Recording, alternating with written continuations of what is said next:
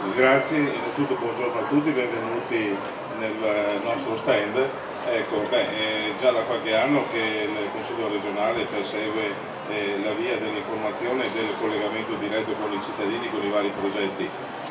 Poi in questa emergenza sappiamo che in quei momenti prende anche il panico, è difficile magari a collegarsi, comunque facendo l'abitudine logicamente anche in seguito a varie iniziative sicuramente si fa la sua fazione, sicché anche in frangenti di difficoltà e di emergenza potrebbe essere utile.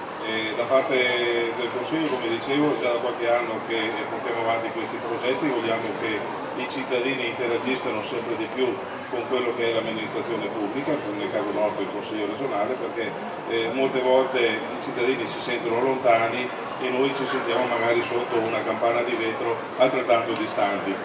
Non ci devono essere muri, non ci devono essere divisioni e questo è uno dei motivi per cui andiamo avanti con questi progetti e cerchiamo di coinvolgere sempre maggior gente possibile, soprattutto prima di tutto gli scolari, gli studenti, i loro insegnanti, il mondo della scuola, ma anche persone che ormai hanno fatto tutta la trafila del lavoro, che sono in pensione, diciamo i cosiddetti anziani. Tra poco ci sarò anch'io, sicché il progetto mi interessa soprattutto per quello, ma perché è giusto che nessuno si senta emarginato dalla società, si senta ancora parte attiva e soprattutto che si senta una componente importante.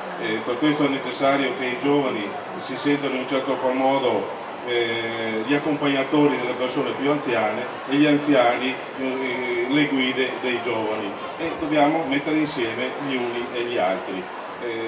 Questa è la nostra intenzione, cerchiamo di fare del nostro meglio. Grazie.